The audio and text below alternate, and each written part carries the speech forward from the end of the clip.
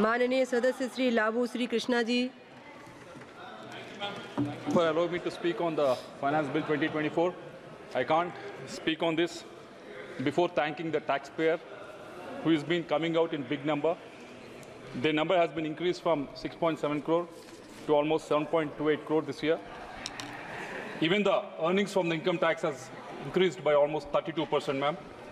So this shows the confidence that the income taxpayer is having on the government, and importantly NDA. But ma'am, we have to keep in mind the process that has been implemented for the last 4 years. It's called faceless assessment that has been implemented. There are numerous issues that has been raised because of this. Of course, this is useful for a lot of taxpayers, but recently a lot of people are complaining that too many sections are being evoked. And for example, if someone is given 10 crores as a penalty for him to pay, if that person has to go for reassessment, he has to pay the 20% to actually go for this reassessment, ma'am. Because of this, taxpayers are actually feeling the brunt. So I wish and I hope the Finance Ministry will take this matter into the account so that we will make it easy for the taxpayers to actually come into the fold, ma'am. Also, there is a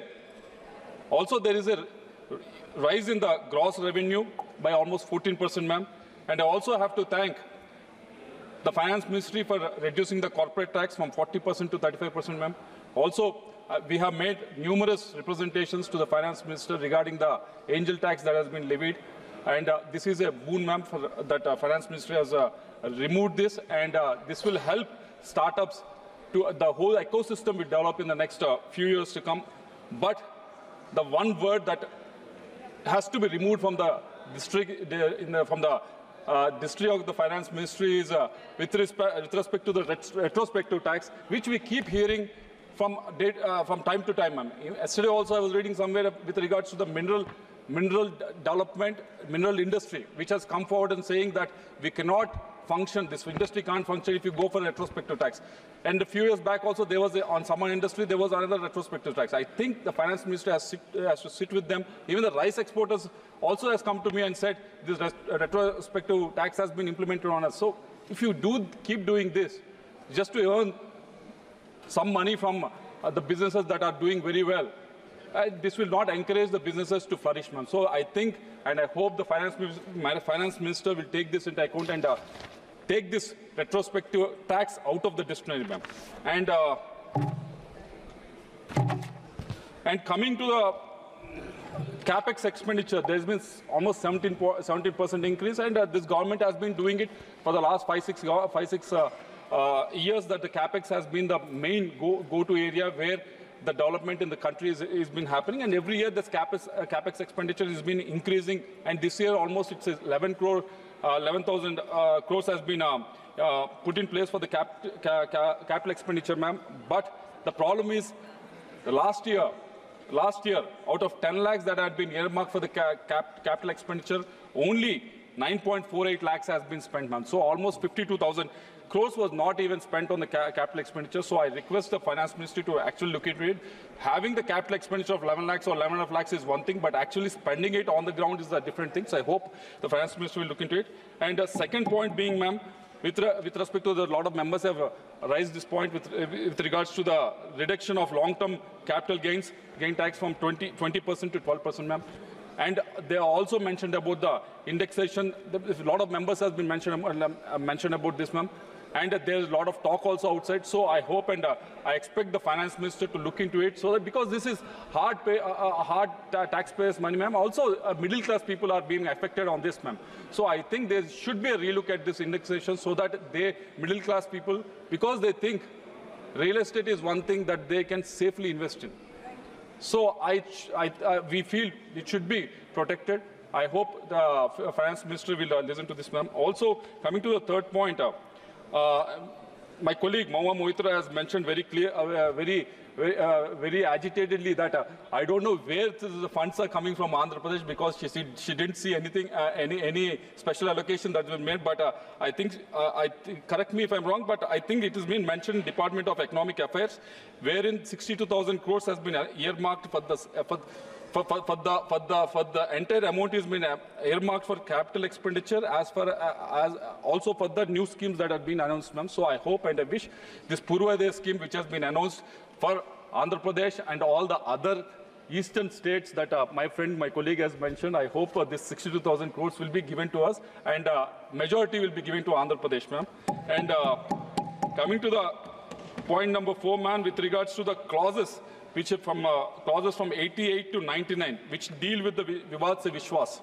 This has been a scheme which has been in effect for the last 4 years. This is used by a lot of taxpayers as well as a lot of industry people also, ma'am. This has been a successful scheme. But the problem right now that we should revisit is, I've been reading that clauses, ma'am, but nowhere in those clauses there's no mention of timelines has been mentioned. Because I'm looking for them because almost 5.4 lakh income tax appeals are pending at the commissionerate level, ma'am.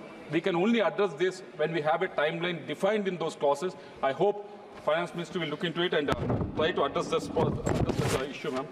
And also, coming to the point number 5, ma'am, with regards to the healthcare, we have done amazingly well in the last 10 years or so. Numerous medical colleges, AIIMS has been developed, and also number of postgraduate seats has been increased.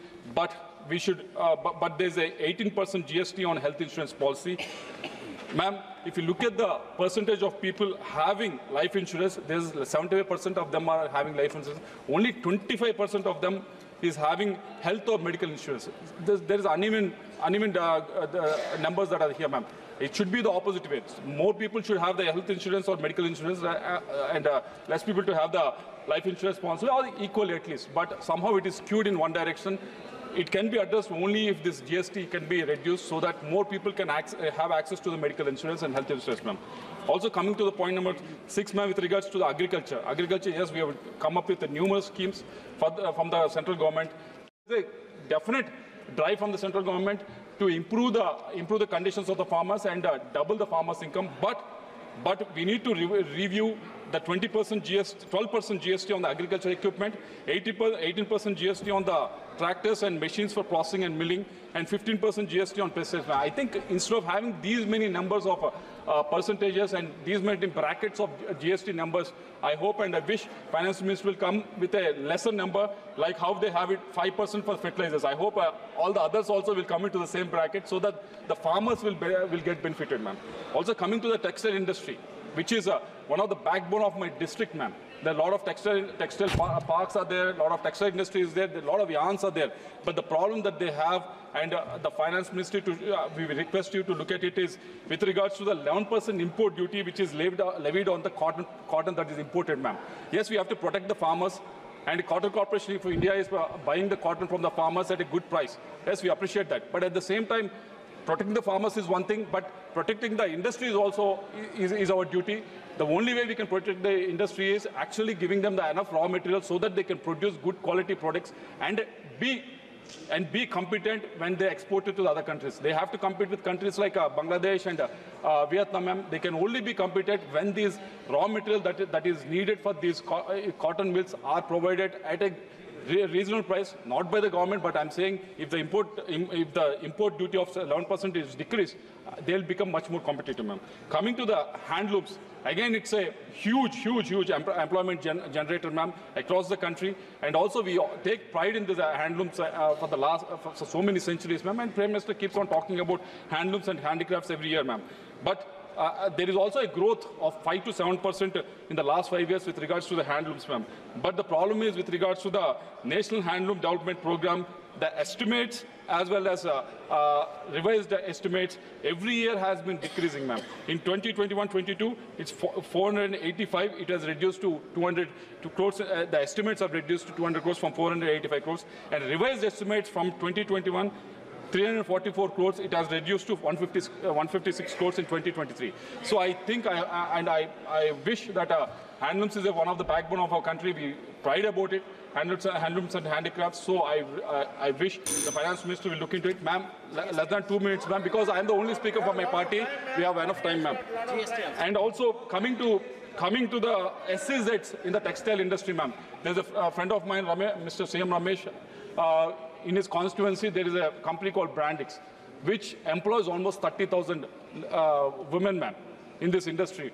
And there's exports that happen at a breathtaking pace from this industry, ma'am. But the problem is from this SEZ, but the problem is when they are manufacturing them and they're much more quality oriented, when they're exporting to the other countries, there is no provision for them. They're ready to pay the tax to sell in India, but there's no provision for them to sell in India, ma'am.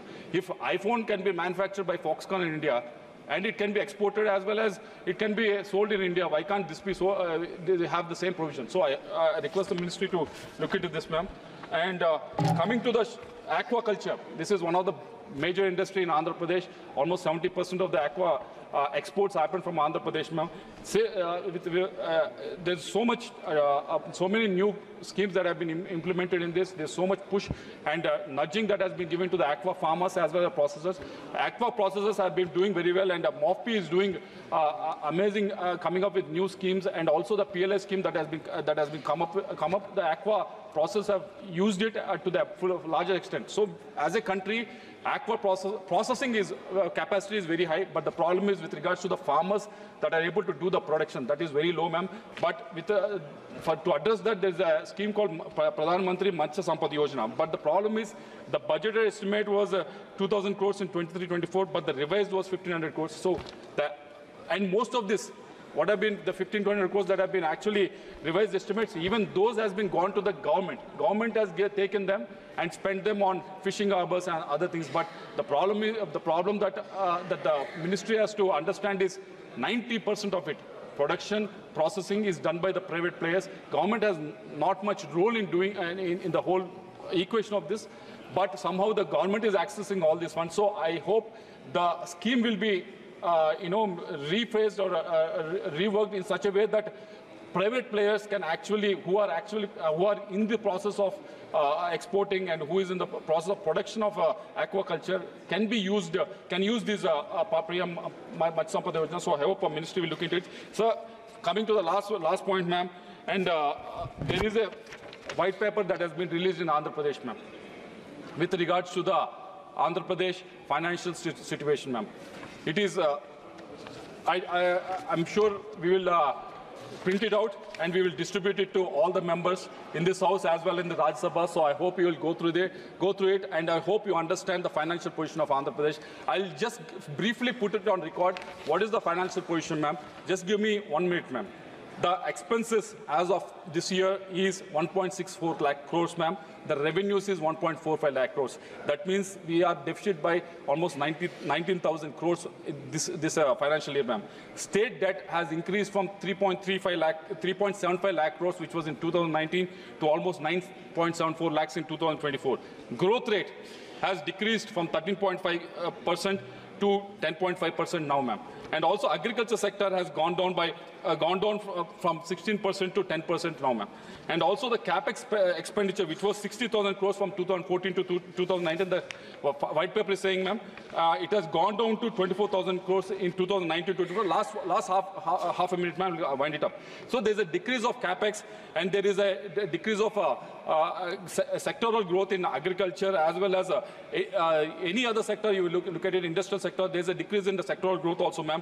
And the per capita debt has been almost doubled from 74,000 rupees per head to almost 1,44,000 in Andhra Pradesh, ma'am. The inflation has also been risen from 4.5% to 6.2%, ma'am. So all in all, on one side, we are having a huge debt, and we have revenue deficit every year. On the other side, we are not, whatever we have borrowed, we are not, ma'am, last 20 seconds, ma'am. We are not, whatever we borrowed in the last 5 years or so, we are not infused into the capital expenditure, ma'am. This has brought the state to our knees, ma'am. We are ready to actually work with the central government. We are ready to actually again stand up, and we are